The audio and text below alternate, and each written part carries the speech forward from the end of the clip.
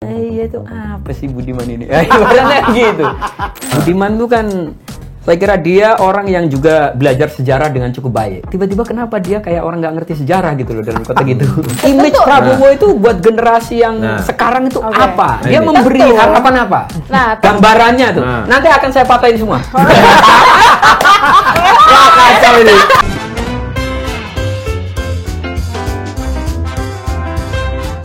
Ketemu lagi di Lanturan, lanturnya pasti, relevannya. Mudah-mudahan. Kalau untuk khusus episode ini belum pakai insya Allah ya nggak sih? Insya Allah Insya Allah relevan. Karena narsumnya baru pulang haji. Kita kedatangan tamu yang masih hawanya Masih ada malaikat, Mas. Malaikatnya Masih panas, bau udara Mekah. baru pulang. Sore, Mas. Bung, Sore. Tuang. Kalau Ini udah dari satu dulu. generasi gitu ya salamnya. Enggak ada lebih tua dikit. Enggak, beda dikit sebenarnya. Beda dikit ya. Jadi kita kedatangan Bung Syafiq Ali, Haji Syafiq Ali. Boleh dong menyebut sekali-kali kan nggak ditulis disebut. Ini salah satu ketua PBNU. Termuda loh. Iya kan? Termuda. Enggak tahu ya. Termuda. Enggak tahu juga kita nggak lihat KTP-nya. Terus juga Tapi tampangnya paling muda Oh, di iya. antara ketua-ketua yang lain. Nah, itu jelas kalau itu. Dan Look kita ya. kita semua tahu tampang seringkali menipu. Nah, bener banget. Apalagi kalau sasarannya emang sasaran orang yang tinggal nge-scroll doang ya nggak sih? Jadi kenapa Bung Syafiq kita hadirkan di Lanturan hari ini itu kaitannya dengan sejarahnya ketika menjadi aktivis 95 ya, menumbangkan Soeharto bersama kawan-kawannya yang sekarang sudah ada di Senayan, Istana. Banyak juga loh, tapi Komisaris. kawan-kawan yang masih di rumahnya masing-masing. Dan di sawah juga pulang ada ke ya? kampung, ini banyak. penting. Jadi masih banyak juga, nggak semuanya ada di jadi Banyak komisaris. justru sebagian besar saya kira. Oh, gitu. Ini yang di Senayan saya kira cuma sebagian kecil. Jadi komisaris Iya, yang juga jadi namanya. komisaris, jadi staff saya kira sebagian kecil. Dulu kan ribuan orang itu penggeraknya itu. Tapi kan yang kelihatannya yang duduk di sebelah orang yang penting, Mas. Apalagi Ya yang yang kelihatan. nyapres. Ya kan karena kan yang Terus diwawancara yang media mereka memilih menepi gitu, nggak masuk kekuasaan Tapi itu apa ya? Mereka sebelum ke kerja sana apa? Mas, sebelum ke sana, saya mau minta komentarnya dulu nih sama apa? Saya manggil Bung aja ya, biar lebih enak. Biar aura aktivismenya itu masih terasa gitu loh. Banyak yang sinis gitu ya dengan apa? Saya ada beberapa grup lah aktivis-aktivis lama yang 80-an, 90-an gitu loh. Banyak yang sinis dengan pertemuan antara Budiman dengan Prabowo gitu loh. Pasti kaitannya karena Budiman aktivis, pernah jadi aktivis maksud saya, dan Prabowo pernah jadi Berada pada apa lah saat itu. Di posisi yang Berada pada apa? Nah kalau Bu Syafiq sendiri melihatnya seperti apa? Sebagai sesama nggak tahu. Kalau sini sih, saya sih enggak ya. Mungkin dalam politik kan orang bisa bertindak apa aja kan. Dia kan follow interest gitu kan. Yang mungkin ya demi masa depan politik atau apapun. Ketemu saya kira kan di politik kan biasa ketemu siapapun kan. Ya cuma mungkin ya agak mengherankan gitu. Bukan hanya ketemu ya. Budiman bukan hanya ketemu tapi kemudian memuji Prabowo dengan Menuduh. ini kader terbaik. dan Mujinya itu ya? Ini bla bla bla bla gitu. Kalau ketemu diskusi apa kan mungkin siapa tahu dia punya gagasan-gagasan yang bisa disampaikan karena Prabowo itu salah satu kandidat capres gitu kan. Mungkin oke aja kan. Oh siapa tahu mempengaruhi orang yang punya potensi menjadi orang nomor 1 di negara ini. Tapi ya yang saya agak tertawa gitu. Tertawa ya? Iya, agak tertawa. Karena Ya statement setelah itu yang saya kira agak terlalu menyanjung. iya itu apa sih Budiman ini? Ibaratnya gitu. Ini yang penting sebenarnya Mas Yogi. Apa ini itu Apa yang penting? gitu ya. Itu. Apa itu kan apa? Itu kan sebenarnya menyesalkan tapi nggak terucap aja. Nggak menyesal saya juga enggak sih. Saya Nggak maksudnya habis pikir gitu ya. nalar politik, nalar pergerakannya itu kayaknya nggak ketemu gitu. Tapi gini, boleh nggak sebagai perwakilan generasi yang memang tidak berada di situ? Di Aku era nggak bilang, ya 98. ini kan era ya. Maksudnya Iya. aku nggak bilang bahwa millennials dan zillennials nggak punya kepedulian untuk memilih presiden yang track record baik itu. Iya, iya. We do care. Iya. Tapi kan kalau nggak ada di sana kan nggak tahu. Jadi Ya. ketika ngelihat Mas Syafiq bilang tadi, kenapa ya? Kita bertanya dengan, emang kenapa? Gitu. Ini nggak sih Mas Afif? Ya mungkin buat generasi yang memang nggak ngalami ya. Kalau generasi saya, sekarang Mas Yogi, Hakim juga masih ngalami. Jadi kita udah tua juga berarti. Sehat langsung kita akan. Tarik nama. Iya kan? Kalau kita kan memang mengalami masa-masa di bawah kekuasaan militer yang totalitarian gitu ya. Jadi kita ada mungkin traumanya dikit dan memang sikap Dikit apa banyak? Ya kalau saya kayaknya dikit lah gitu. Tapi memang kadang-kadang sikap yang berbasis trauma itu kan juga nggak bagus juga gitu kan, nggak benar kadang-kadang kan. Nah, gitu. Tapi itu kan nggak bisa dilupakan. Namanya orang trauma kan ada gitu kan. Apalagi trauma kekerasan, trauma rezim otoritarian gitu. Tapi lebih dari soal itu bukan soal bahwa Pak Bowo itu bagian dari kekuasaan yang dulu tiran gitu, yang juga sedikit-sedikit pakai senjata. Gitu. Tapi Dia nggak pakai senjata kok, pakai tim mawar doang. Iya, tim mawar gitu. Tapi dulu kan secara umum Orde Baru pendekatannya gitu. Iya. Pendekatannya selalu yang terdepan itu. Jadi kalau sekarang kan kita tahu ada orang ditangkap polisi kan kita pasti prihatin semua dan mengecam semua. Dulu itu sehari-hari baratnya. Hampir tiap bulan ada yang digituan. Dan banyak yang tanpa pengadilan gitu. Kalau sekarang orang ditangkap polisi kita masih bisa cek di kantor polisi yang mana. Dulu kita nggak tahu. Orang tangkap polisi itu dibawa kemana kita nggak tahu. Baru selang beberapa hari baru tahu gitu-gitu kan. Dulu itu bagian hidup gitu loh. Dan kita mungkin punya trauma itu. Tapi lebih dari itu saya kira Pak Prabowo ini kan udah berapa kali nyapres. Dan ya tidak berhasil gitu. Dan beliau itu menurut saya udah sepuh. 60. Orang muda itu harusnya kan punya semangat ya ini ganti generasi lah. Generasi yang lebih melek zaman. Sekarang era teknologi, era digital, dunia makin terkoneksi kan. Negara-negara lain juga Saya kira Pak Prabowo saya kira bukan orang yang menurut saya kira paham soal roh zaman ini gitu. Zeitgeist. Iya, zeitgeist zaman ini dia nggak relate gitu ya. Iya, saya kira dia akan sulit untuk kalau membayangkan Indonesia masa depan menjadi negara yang advance gitu dengan perkembangan hari ini. Saya kira Prabowo bukan orang yang tepat bisa mewujudkan itu dengan ya, tapi kan harusnya beliau ini udah ya menikmati hidup aja pensiun setelah menteri gitu ya. Saya kira menurut saya gitu loh. Dan kita cari generasi baru seolah-olah Indonesia ini krisis. Tapi Orang kan, muda ya harusnya dukung yang muda. Kata Budiman kan nasionalis, yang penting. Ya justru itu kan. Saya kira di Indonesia orang nasionalis itu banyak sekali. Ya, berdasar survei itu nasionalisme di Indonesia itu tinggi sekali.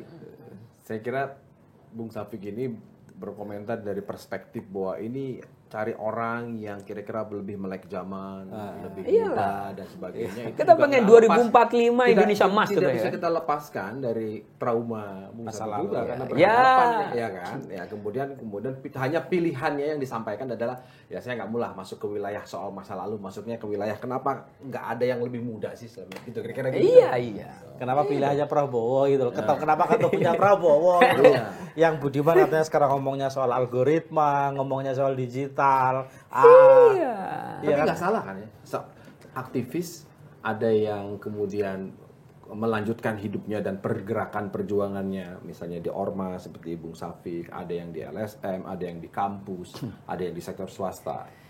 Ada yang masuk ke partai politik, ada yang masuk ke kekuasaan lah, calon presiden, bakal calon presiden. Sebetulnya kan nggak salah. Yang kemudian jadi rame di sosial media adalah Budiman Sujatmiko, tokoh sentral di Kuda Tuli, ya kan, yang berhadap-hadapan saat itu pangkostratnya adalah Prabowo Subianto, kemudian berhadap-hadapan dan sekarang datang. Nah akhirnya ramelah itu grup aktivis kan. Waduh kok kayak lupa. Termasuk tadi Bung Sawi bilang kok iya.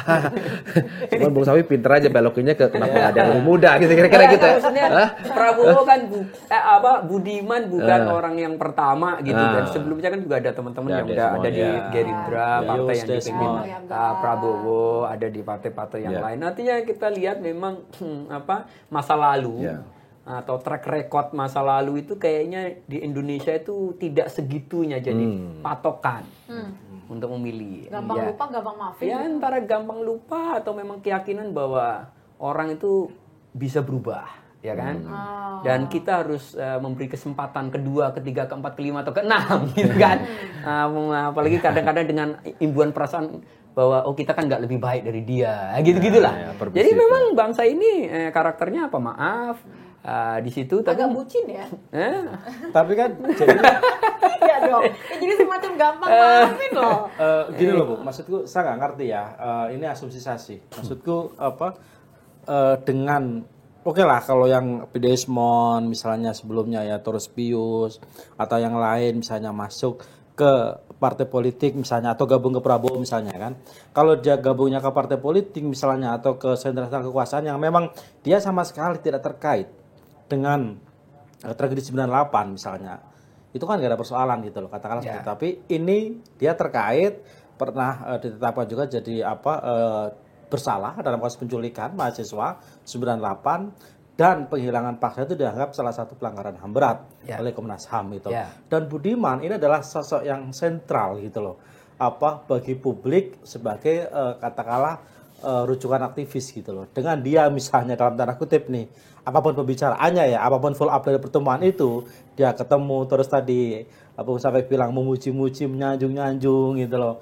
Apalagi misalnya nanti merapat, apakah ini tidak jadi presiden dalam tanda kutip ya presiden buruk bagi dunia aktivisme nantinya gitu loh. Ujung-ujungnya gitu-gitu juga. Gitu loh maksudku.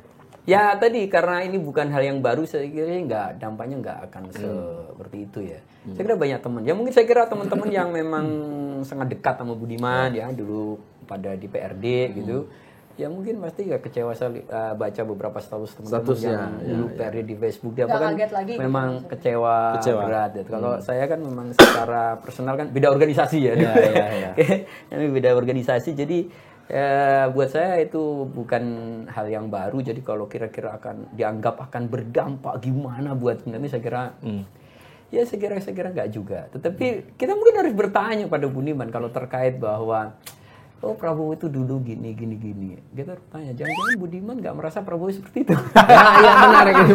Antara dia lupa tuh jangan-jangan ini penting. Itu kan kita nggak tahu kan. Atau minimal Budiman mengatakan bahwa hari ini udah nggak konteks lagi deh bicara itu. Ya nggak tahu makanya. Gak relevan. Iya makanya kan dia yang bisa menjawab, makanya kita harus bertanya sama dia kan. Masalahnya dia nggak diundang. Mungkin yang kebayang ada momen ketika Pak Prabowo udah joget, udah senyum lebar. Tunggu dulu. Tadi kita ngomong membuka dengan menyebut Bung Taufik Ali ini aktivis 98 yang sampai sekarang paling enggak belum tergoda lah ya. Iya, setidaknya konsisten masih. Sekarang, tapi kan penetapan capres baru 6 bulan lagi. Tapi aku justru malah mau nanya, kenapa diksi yang dipakai justru malah tergoda? Seakan-akan itu menyeberang, ada pengkhianatan gitu, ada yang ditawarkan. Karena kan terminologinya aktivis itu kan selalu berjarak dengan kekuasaan. Dulunya hadir sebagai kelompok penekan, kelompok penggerak dan gerakan moral gitu loh. Sehingga kalau hal-hal yang terkait dengan transaksional, pragmatisme itu selalu berjarak. Makanya tadi Bung Taufik bilang ada lebih banyak kawan-kawan aktivis yang menepi, ada di luar-luar Jakarta yang nggak masuk wilayah kekuasaan. Itu kemudian pertanyaan kenapa tergoda. Terminologi tergoda itu diksinya media sih memang. Gitu loh. Tergoda masuk kekuasaan dan sebagainya. Memang itu godaan. Tergoda kan nggak selalu oleh hal yang buruk. Ya kan? Oleh makanan yang enak tergoda untuk makan. Oleh landscape yang bagus tergoda untuk piknik. Kan itu nggak selalu tergoda. Jadi ini mungkin ada kemungkinan itu ya bahwa tergoda untuk sesuatu hal yang dan itu nggak salah. Tapi hari ini mungkin kita bisa konfirmasi. Kenapa sampai hari ini misalnya masih konsisten berada di luar dalam tudep gitu ya kekuasaan misalnya berjarak. Ya mungkin istilah konsisten itu juga tidak sepenuhnya tepat ya kan, karena seolah-olah konsisten itu berarti memang aktivis itu harus di luar kekuasaan. Nah gitu, walaupun tadi jelaskan memang aktivis sebagai bagian kekuatan civil society. Nah itu jadi penyeimbang, nah jadi pengkritik, pengontrol pemerintah memang itu bisa ideal kalau di luar kekuasaan. Tapi pada dasarnya aktivisme kan ya concernnya dulu kan perubahan yang lebih baik. Kalau sekarang banyak teman-teman perubahan apa nih? Kalau dari luar sistem perubahan yang depannya koalisi atau gimana? Ya kan disebut nih. Kalau begitu kata-kata perubahan jadi agak sensitif bicara. Iya. Langsung takutnya nanti ternyata sampai alih ke perubahan gitu. Ada slogan-slogan, diksi-diksi itu yang kemudian diklaim oleh pihak-pihak yang sebenarnya nggak punya sejarah atas perubahan itu. Tapi ya kita terima lah. Itu ouch banget. Kita terima gitu loh. Jadi kalau dulu cuma perubahan aja Mas. Kalau sekarang perubahan untuk persatuan.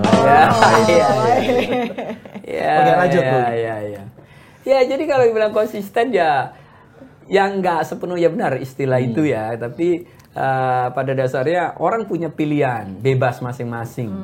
Dia mau Maksudnya Bung memperjuangkan. Taufik itu dia menegaskan jangan buru-buru disebut sebagai konsisten. Kenapa? Pak? Soalnya PBNU dekat banget sama pemerintah.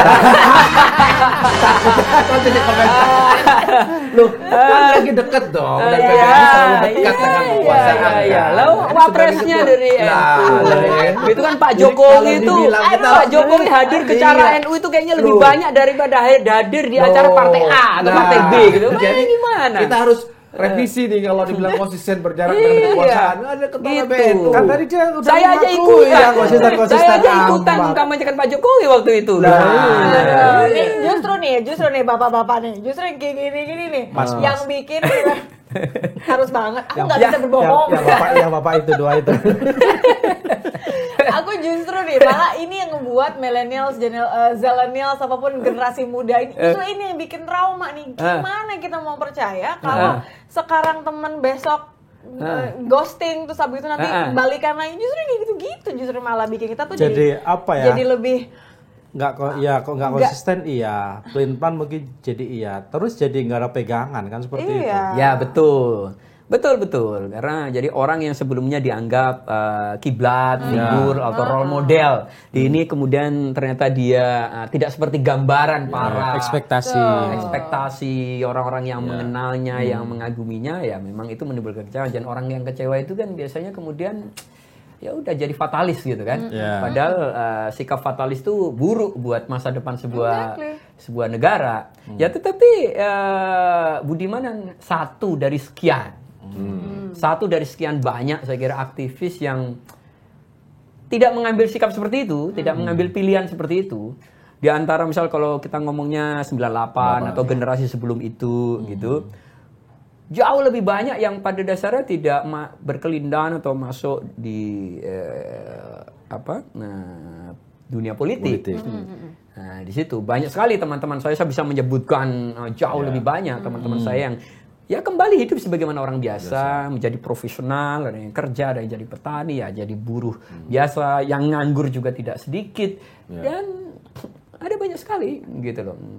Ada banyak sekali gitu. Tetapi kan ini yang nggak kelihatan. Nah itu. Nah, ini yang nggak kelihatan oleh publik karena memang menjadi orang biasa kan memang jauh dari sorotan.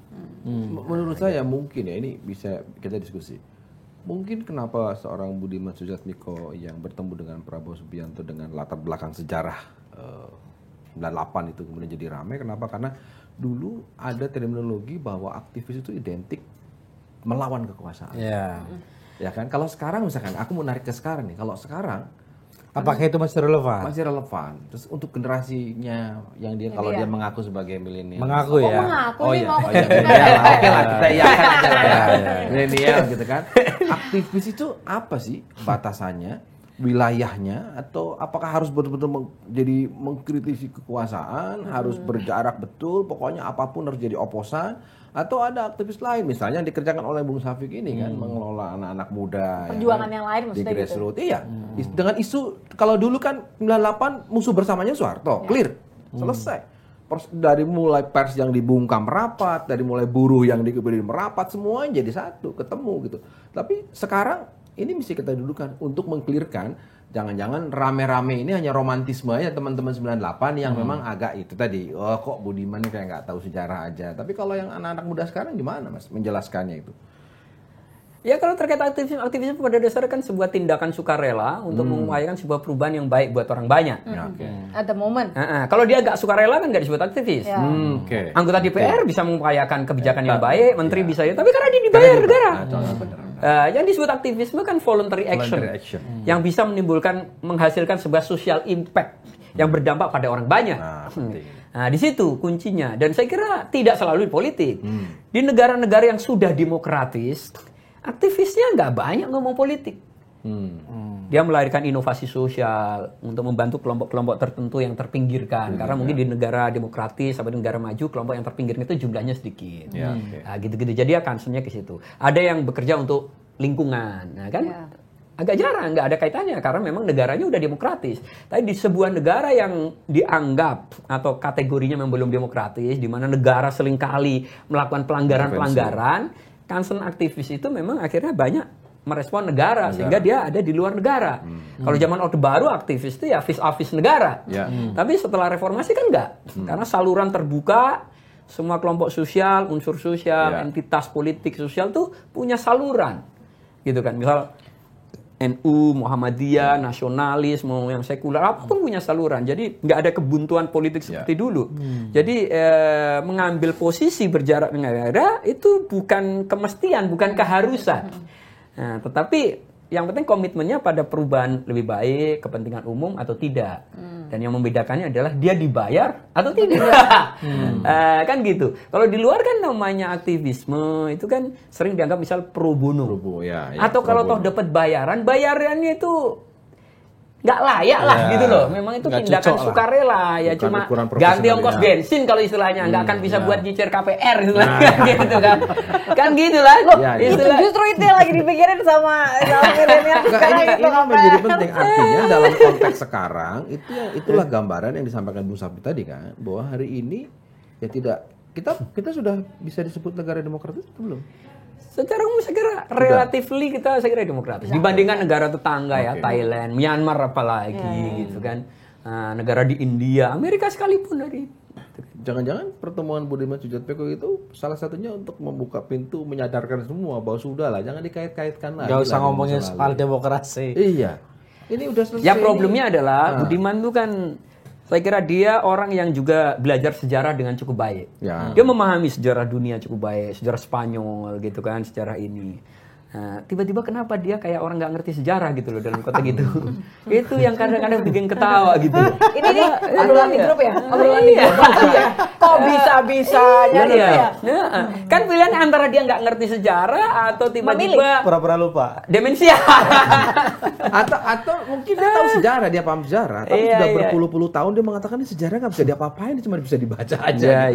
Nah, kemudian dia kaitkan dengan konteks sekarang. Atau memang dia dibutakan oleh situasi. Gitu kan, pilihan politik bahwa yang paling rasional kalau mau tetap berkarir politik pilihan rasional ini karena Pak Jokowi mengindikasikan sinyal ke Prabowo itu sangat kuat gitu kan. Jadi mengikuti arah follow interest itu tadi kemana Presiden Jokowi menunjuk. Kalau yang dia sampaikan kan dia bilang ini Indonesia menghadapi tantangan global, ya kan, butuh soliditas dan sebagainya. Ya itu pun juga bisa dipertanyakan kenapa apa iya itu satu-satunya pintu gitu kan. Justru kalau argumennya itu Prabowo saya kira calon yang paling tidak tepat.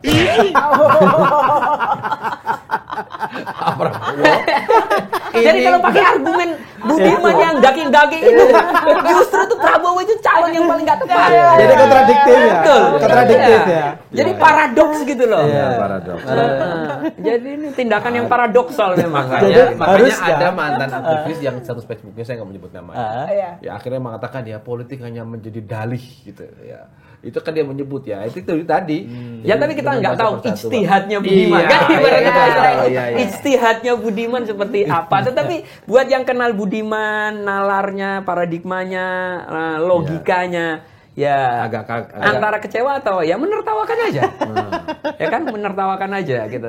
Jadi kita tertawa aja. Iya. Jadi enggak ada yang ngomong. Harusnya kalau menurut saya mungkin harusnya kalau ketemu Prabowo ya udah ketemu aja gitu loh. Enggak usah pakai pembenaran yang dake-dake gitu ya. Karena ketemu aja. Paradok, gitu. Ketemu aja, ngobrol-ngobrol aja, bikin deal-deal ya silakan. Tapi enggak usah dibuat jelas statementnya gitu. Itu artinya gitu, dia sadar betul bahwa apa yang dia lakukan itu pasti mengundang reaksi. Iya pasti. Iya kan, makanya dia sudah dari awal membuat itu, kemudian ketemu, bahkan ada yang mencibir. Kan bukan hanya ngobrol-ngobrol tapi press conference kan, memberi statement khusus. Justru malah dan ada beberapa yang memperhatikan menganggap Budiman itu menunduk di depan Prabowo. Ada yang ngasih padahal dulu mengepalkan tangan kiri. Bukan cuma tangan kiri Pak. Budiman itu salah satu yang kencang juga ngeritik Prabowo soal 98. Bisa cek lah sejarah kalau tadi Bu Saleh bilang itu. Makanya kan ini memang agak ada tadi. Ya itu tadi gitu loh, antara kita bingung, kecewa atau ya udah kita tertawa aja gitu. Melihat ini. Tapi aku begini, oke deh, itu kan jadi kesannya adalah pilihan pribadi gitu kan ya, pilihan pribadi sekarang. Tapi kan tetap kan yang harus dijaga adalah penerjemahannya kan gimana, itu doang yang dibutuhin. Konteksnya kan tetap pilpres, Gus, Mas, Bung. Aku kalau nggak mau dibilang bapak-bapak semua tadi Bung Sapi udah menjelaskan, jangan-jangan Budiman Sujatmiko dari perspektif politik dan pengalaman dia melihat ini ada peluang peruntungan politik dia. Karena Pak Jokowi kok body language-nya sudah mengarah ke sinyal-sinyal. Prabowo, kemudian dia segera merapat. Itu bahasa politik praktisnya. Tapi kemudian itu dipertanyakan. Nah ini kalau itu terjadi kepada seorang mustahkim yang mungkin bukan ngerti sejarah berhadapan-hadapan, nggak ada masalah. Iya, nggak ada masalah. Bung Hafik itu mempersoalkan, loh kok yang nggak ngerti aja, dulu kan ada depan, dulu rapat bareng, dulu diinjek bareng, kira-kira gitulah. Terus bagaimana menjelaskan ini? Itu nitnya. Nah itu udah akan nyampe ke generasi Bu, karena generasi Bu yang lain kan tahu.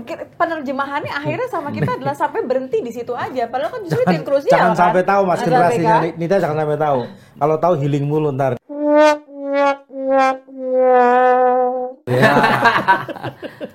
Nah, itu gimana Bu? Bisa menjawab nggak? Healing salah, mau nyari tahu salah. Bung, Ini kita tuh. Bung Hafik ini kan mengelola milenial juga ya. Pemikiran-pemikiran begini kan perlu dicerahkan gitu loh. Orang Misalnya jangan-jangan ini yang rame orang-orang tua 98 ini gitu. Betul, karena itu kan yang ada di pikiran Ya kita. nggak satu akhirnya. saya kira buat orang-orang yang mengenal Budiman, saya kira takjub, ya. Saya kira takjub. Takjub, ya, ini Saya termasuk pemilihan diksi. yang agak takjub ya, agak takjub gitu-gitu. Yang kecewa itu mungkin karena punya ekspektasi. Kalau saya kan memang udah bisa memanage ekspektasi gitu loh. Faktor umur. Ya, udah bisa memanage ekspektasi. Udah, nggak usah diterusin kalau yang itu tadi.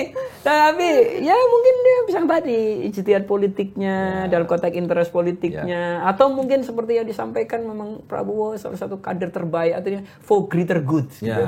Demi kepentingan kebaikan yang lebih besar. Walaupun saya lihat justru kalau kepentingan yang lebih besar Prabowo ini paling nggak tepat. Prabowo ini paling nggak tepat. Iya, bisa diundang nih suatu kali oleh Kompas kan. Tanya gimana terkait perkembangan generasi milenial yang ini saya kira nggak nyambung gitu loh. Ini yang harus kita dengar. Saya kira ya, makanya perlu diundang dulu. Saya kan bisa salah. Saya kan bisa salah juga, tetapi kan ngikuti ini gitu loh. Jadi kalau dilihat kan dari nyalon berapa kali, gagasan-gagasannya juga ya kita udah tahu. Terus jadi menteri. Kita lihat kemarin statement waktu di Singapura ya. Iya. Pokoknya kita lebih punya pengalaman Indonesia. Gitu tuh muter-muter di situ terus. Gimana ini lanturan loh, ini. Jadi, aku minum dulu deh. Ya bisa, nggak membanggakan gitu sebagai Menteri Pertahanan. Ngomong ya berargumentasi gimana sih kayak pertanyaannya apa? Ini kayaknya Bung Hafik mesti ketemu Jokowi 4 mata ya. Iya. Apa yang harus bisa jelaskan Pak itu? Gitu. Makanya saya menganggap kadang-kadang ya mungkin saya melihat nih dan saya kira Budiman mungkin merepresentasikan teman-teman yang lain juga. Ya kan yang berusaha mendekat ke Prabowo karena kayaknya Pak Jokowi ngasih sinyal gitu kan. Kayaknya sinyal lebih kuat ke Prabowo. Padahal kan buat saya ya saya 2014, 2019 pergi ke TPS sama Pak Jokowi dan saya pernah ngomong di depan Pak Jokowi langsung di hadapan banyak teman saya bilang saya baru pertama ini ke TPS untuk nyoblos Pak Jokowi tapi ada alasannya Itu. karena saya merasa saya bisa menitipkan sebagian mimpi reformasi ke Pak Jokowi sebagian aja nggak semuanya karena nggak realistis kalau menitipkan semua kan. Nah, makanya ketika ada beberapa yang meleset, saya nggak kecewa juga. Jangan-jangan sebagiannya lagi ke Prabowo nanti. Ya, nggak tahu. Jadi argumennya karena ke Jokowinya karena Gak dijawab Mas Yogi berarti. loh, waktu itu yang lagi bertanding ya Pak Jokowi sama Prabowo. Gitu. 2014. Waktu itu yang lagi bertanding Jokowi sama Prabowo, pilihannya menitipkannya ke sini kan jelas. Artinya kenapa nggak dititipkan ke situ? Gitu loh. Nanti. Karena memang kita udah skeptis bahwa Bapak Prabowo ini kayaknya sulit dititipin sesuatu. Apalagi kalau terkait agenda reformasi gitu kan.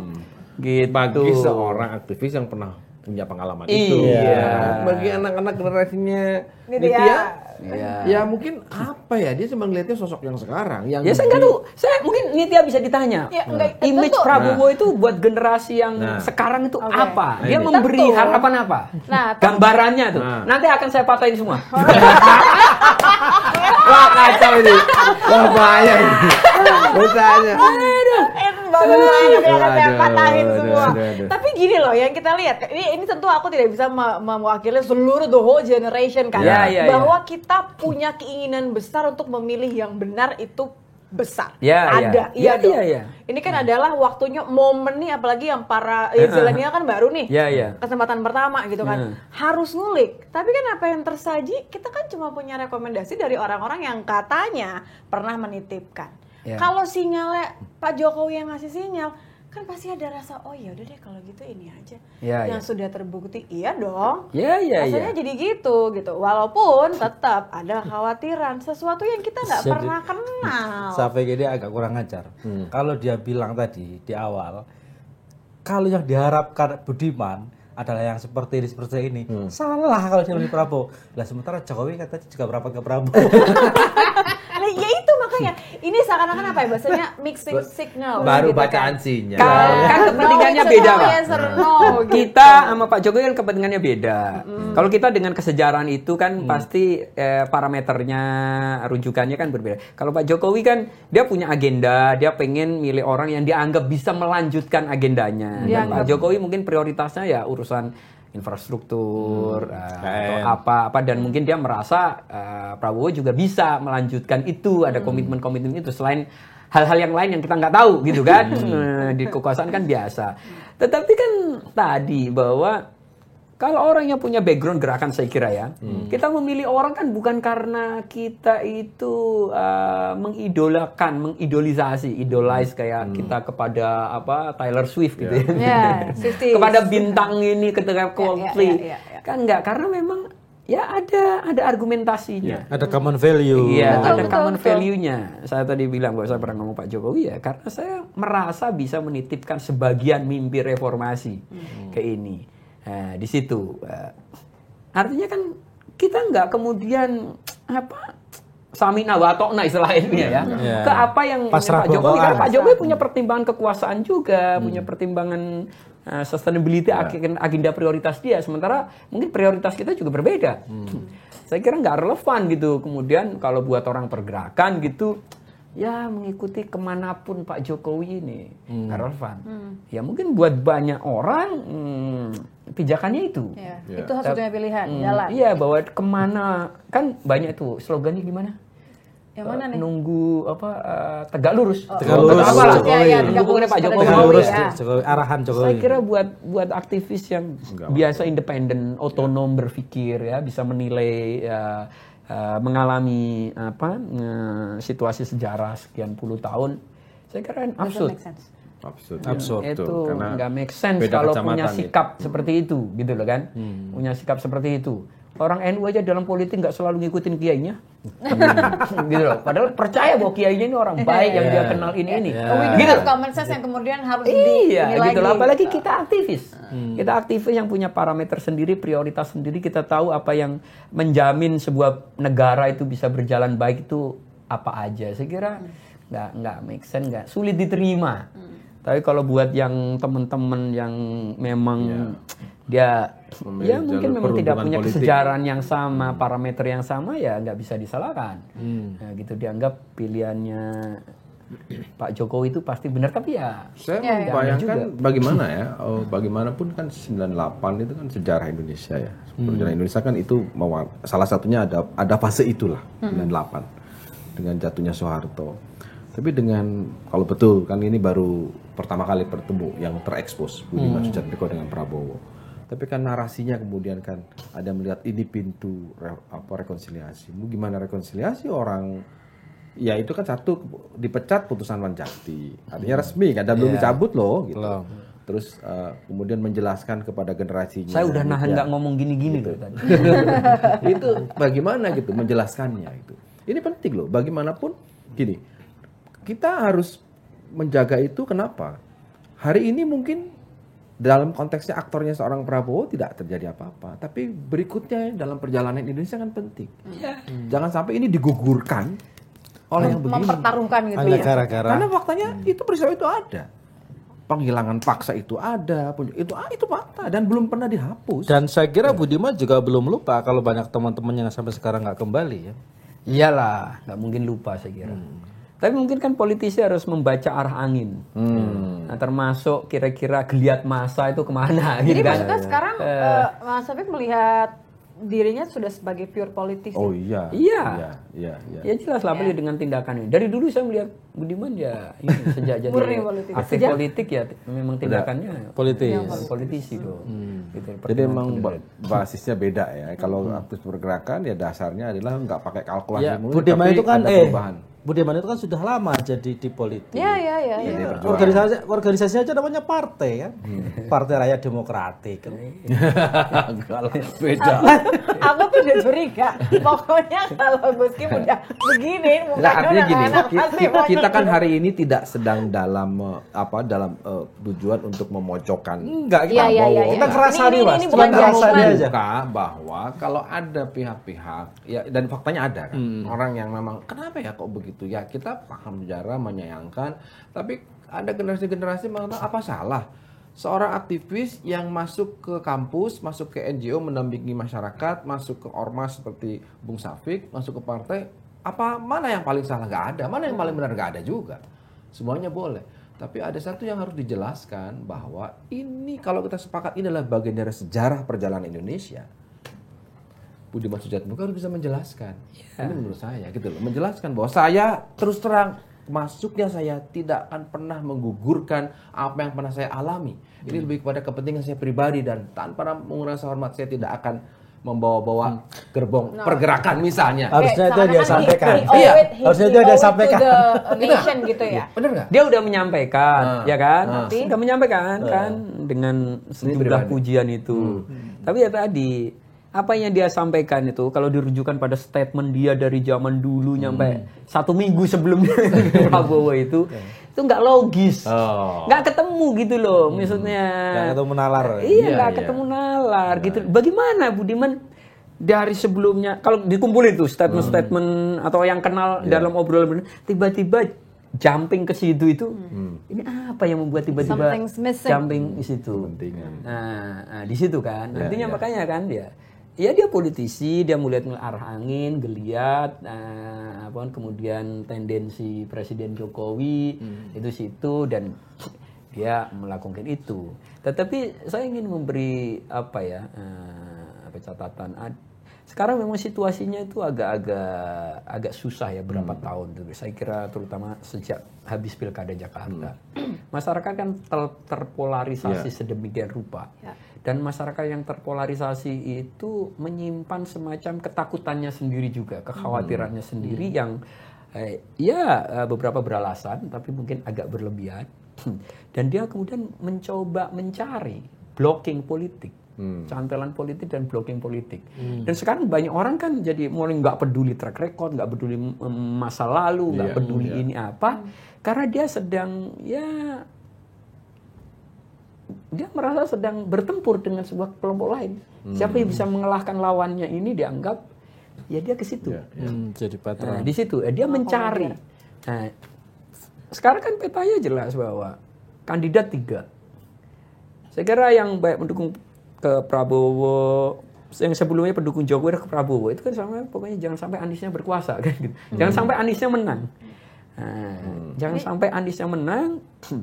Kemudian pokoknya siapa yang kira-kira bisa mengalahkan Anies? Nah, untuk bisa mengalahkan Anies tuh yang penting bukan dia gitu dari artinya hasil survei atau presiden ini kemana. Jadi bukan lagi faktor kira-kira siapa yang akan bisa membawa Indonesia ke depan menjadi lebih negara baik. maju 2045 nanti. Siapa yang bisa membawa itu Indonesia meresahkan. itu lebih bersih, menjadi negara yang lebih clean government gitu. Saya kira orang udah tidak lagi memprioritaskan itu. Dan itu bahaya loh. Iya, Buat jelas. demokrasi modern sangat bahaya. Jelas. Tapi in the name of again ya, Zillennials, kita masih peduli kok mengenai hal-hal itu gitu kan. Makanya mungkin aku justru penasaran gimana Mas Syafiq ini kan di era digital gitu kan. Gimana terus kemudian lebih banyak ngomongin hal-hal yang kayak gitu-gitu. Karena tentu kita nggak bisa bilang bahwa jangan pilih ini, jangan pilih itu. Mengedukasi pilih yang lah kemudian ya. pilih yang kemudian checklistnya banyak kan nih yang harusnya kita benar-benar pikirin gitu. Iya. Ya sekarang Pak Prabowo kita udah kenal berapa tahun? Dia nyalon berapa kalian? 2009, At least Wapres, 2014, Capres 2019 Capres. Artinya Pak Prabowo itu presentasi di debat Capres itu dan itu berkali-kali udah. Dia diwawancara udah nggak terhitung. Artinya seluruh gagasannya harusnya kalau dicari semua orang udah kenal pada dasarnya. Dan saya nggak tahu misal generasi itu kalau beda nih sekarang kita tentu banyak sepakat ya kalau ngelihat yang kali ini nih.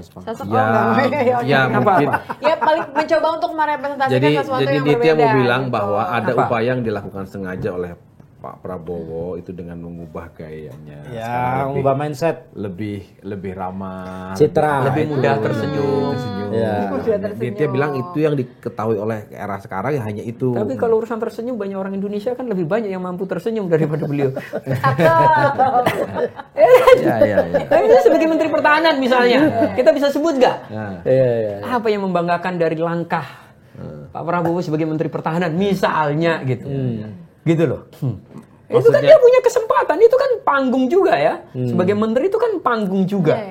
Di situ apa gitu. Jadi saya nggak tahu generasi sekarang itu melihat itu atau hanya ya citra diri aja yang citra diri ya. Apa body language-nya atau apa. Itu yang disampaikan Bung Safri tadi itu sepertinya menjadi jawaban. Kenapa kita termasuk kita nih hampir 6 bulan terakhir kita pertemuan ini elit kemarin. PKB di Solo ketemu, wah expose-nya pertemuan elit aja. Tapi nggak satu pun yang menawarkan ide gagasan yang muncul. Iya, sampai sekarang kita nggak tahu. Nggak ada. Karena tadi faktor polarisasi. Faktor polarisasi. Pokoknya asal bukan ini, pokoknya aku nggak mau ini. Faktor polarisasi itu membuat orang saya kira memang menafikan, gitu, menyingkirkan dulu.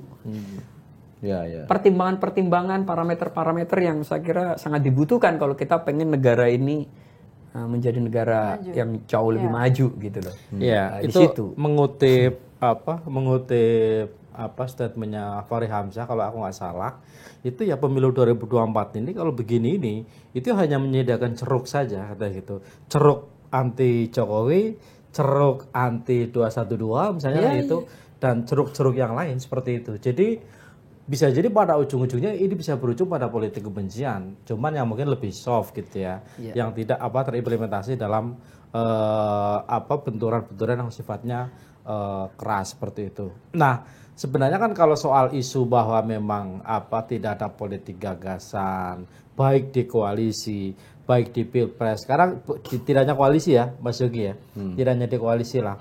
Tapi di pilpres hari ini misalnya siapa sih yang sudah benar-benar ya menawarkan gagasan, ide bagaimana dia akan membawa Indonesia ke depan itu seperti apa? Termasuk yang klaim katanya akan membawa perubahan itu misalnya. Sampai hari setidaknya saya tidak menangkap gagasan yang genial tentang itu. Karena yang dikedepankan itu tadi citra diri, figur, kemudian ditangkap juga oleh masyarakat. Iya, orang lebih kepada fanatisme. Bukan lagi, sehingga kalau udah fanatisme itu kan apa bahayanya? Tidak akan kritis. Kenapa? Karena sudah itu nih, aku udah ngefans. Maksudnya what I'm saying adalah yang dipertanyakan oleh pemilih muda ya dan juga pemilih pemula sekarang adalah bukan kita tidak udah jujur. Yang diperhatikan pemilih muda. Sini. Iya. Oke. Ya, kita tolong ini jangan diedit ya biar dia senang, jangan di-cut yang bagian ini. Ini nih niatnya apa diklaim langsung kan ini kayaknya udah jadi. Dia kebanyakan ngobrol sama politisi. Ya, udah berasa klaim. Ya, intinya adalah bahwa jadi lupa kan dia ngomong apa gara-gara kebohongan tadi tuh. Makanya Boya kalau mau bohong tuh jangan ngomong generasi ini loh, Gus Kim. Tapi nih, pokoknya nih kalau sekarang orang kan beginilah ya. Kita tuh hari ini betul Bung Safik juga. Kita tuh sudah tidak bisa. Kenapa? Angkanya suara anak bangsanya Litbang Kompas Gramedia itu berapa? 60%. Itu begitu mereka di riset, itu mereka nggak bicara loh soal dia bicaranya gimana gue dapat rumah, gimana nanti gue itu. Ingat, sekarang ingat, jangan digangguin lagi ya. Iya kan? Jangan digangguin lagi. Itu bahwa sebenarnya kita mau, kita yakin bahwa hal-hal yang jauh lebih penting, ngomongin soal lingkungan, kita pengen dapetin generasi emas gitu kan. Dan gimana cara untuk mencapainya? Jadi seakan-akan bahwa ketika ada kekhawatiran generasi yang sebelumnya, ini kok aktivitas 98 membantu segala macam, bukan kita nggak peduli. Iya. Bukan kita tidak peduli, tapi kita tidak paham bahwa yang lain tuh lebih banyak loh. Bagaimana perempuan-perempuan yang kemudian harus menjadi tulang punggung misalnya, kena imbas pandemi nggak selesai-selesai sampai sekarang. Belum lagi harga tanah yang naik, nggak memungkinkan untuk kita punya rumah. Hal-hal yang sangat real kayak gitu. Betul. Saya kira generasi sekarang secara umum saya kira secara politik tuh saya kira jauh lebih aware ketimbang generasi dulu. Karena akses informasi jauh lebih banyak. Mereka bisa membaca berita, menonton ini YouTube dan segala macam lah. Saya kira lebih banyak. Tapi memang hierarki prioritasnya berbeda. Buat generasi mungkin seperti saya karena tadi mengidap trauma juga. Jadi value atau kepentingan terkait demokrasi gitu, anti kekerasan itu tinggi, prioritas yang ada di tinggi. Generasi sekarang karena pada ini nggak mengalami itu dan memang menikmati suasana yang cukup demokratis. Prioritasnya tadi rumah, ketersediaan rumah yang layak, yang affordable gitu-gitu. Dan tapi sekarang kan juga belum ada kandidat capres yang ngomongin itu yang kita bisa meyakininya capres A atau dari 3 ini yang kira-kira bisa memecahkan problem itu. Iya. Dulu itu ada sih. bukan masalah pakai baju warna apa loh. Jadi calon gubernur sih. Oh iya, menjanjikan DP 0%, tapi katanya realisasi nggak ada gitu kan. Betul. Gitu-gitu. Artinya kan itu sekarang memang isu yang saya kira di generasi milenial tuh mengena. Nah, tapi sekarang generasi milenial sekarang kan kita tahu kalau terkait itu kan terkait harus ngomong undang-undang agraria ya. Undang-undang agraria bla-bla dan kita tahu terkait undang-undang agraria saya kira banyak orang masih nggak tahu. Undang-undang agraria kemudian ITN. Nggak paham, bank tanah, padahal kan nggak ada yang itu diskursus yang jarang dibahas, jarang dibicarakan, padahal itu sangat berpengaruh terhadap kemungkinan dan kemampuan generasi untuk bisa punya rumah yang layak. Tapi sebenarnya gini nggak sih, saya mau tanya sama Nitya juga dan mungkin juga Bung Syafiq gitu ya. Buat generasi hari ini misalnya, apakah masa lalu misalnya reformasi 98, penculikan mahasiswa, kekerasan politik ya entah kuda tuli misalnya, entah kerusuhan Mei 98 segala macam itu menjadi salah satu preferensi misalnya dan sesuatu yang dipertimbangkan oleh untuk milih gitu maksudnya. Dipertimbangkan mungkin tapi tidak akan hierarkinya di bawah. Prioritas nomor sekian. Karena kan trauma itu kan tidak kemudian di pass on to the next generation kan gitu kan. Maksudnya kita hanya kemudian mendengar jadi kita tidak bicara trauma ya, kita bicara sejarah yang tadi disinggung oleh Mas Yudi. Pemahaman sejarah itu nih. Paham. Maksudnya gini, sejarah itu adalah sesuatu yang kita harus pahami dan kemudian berpikir secara logika bahwa ketika itu terjadi tidak diputus, ini akan terjadi lagi. Siapa kemudian orang-orang yang kemudian konteks pemilu, kalau kita mengatakan bahwa pemilu itu kita jadikan sarana untuk pergantian kepemimpinan untuk Indonesia yang lebih baik misalnya, itu menjadi penting atau enggak bacaan sejarah itu menjadi referensi utama atau tidak oleh anak-anak muda. Nah tadi Bung Syafiq mengatakan itu jadi persekian karena itu tadi membayangkan, nggak usah membayangkan anak generasi tanpa bermaksud mengabaikan bahwa generasi muda nggak tahu sejarah gitu ya. Tapi kata Bung Syafiq tadi Budiman saja yang sejarahnya ngelotok. Itu poinnya. Artinya kita kurang harus maklum kalau generasi milenial nggak mengalami aja. Apalagi ini banyak generasi milenial itu mungkin di rumahnya itu udah capek juga denger nyokapnya atau bapak dulu bokap itu susahnya dulu nyokap itu kamu tuh sekarang udah enak kan kadang-kadang di online tuh pada cerita gitu udah kayak nyokap gue itu bawaannya bokap gue dulu ini apa sih mama apa gitu jadi gitu ya udahlah yang dulu lah gitu kan. Iya makanya kan pertanyaan itu buat Budiman saja yang tahu sejarah, yang mengalami, yang pernah jadi korban, yang itu sering mengimajinasikan tentang masa depan yang lebih baik, aja menganggap itu seolah-olah asumsi kita ya atau asumsi saya itu nggak penting, itu terbukti ketika dia menyambangi Prabowo, terus setelah itu menyanjung Prabowo kan terbaik segala macam. Bagaimana dengan generasi hari ini misalnya itu loh, yang mungkin mereka tahu, tapi mereka tidak tahu dan tidak mengalami atmosfernya seperti itu. Atau jadikan justifikasi, tuh kan katanya Budiman Sujatmiko dulu korban penculikan. Itu aja mau itu loh. Nggak bener ini gitu. Ya, Berarti Itu salah satu kemungkinannya ya. Budiman pemaaf. Nah, Gitu kan. Itu Tapi kan ada ungkapan. Kalau ini dia bicara sebagai ketua PBNU. Oh iya. Husnudon. Cuma kan ada ungkapan. Kita itu memang harus ringan memaafkan, tapi juga jangan mudah melupakan. Nah, Betul. you're forgiven but not kan gitu. forgotten. Jadi gitu kita kan. tetap kita harus tetap bisa belajar dari peristiwa yang pernah kita alami. Itu. Nah, di situ kita memaafkan demi kepentingan kita agar bisa move on.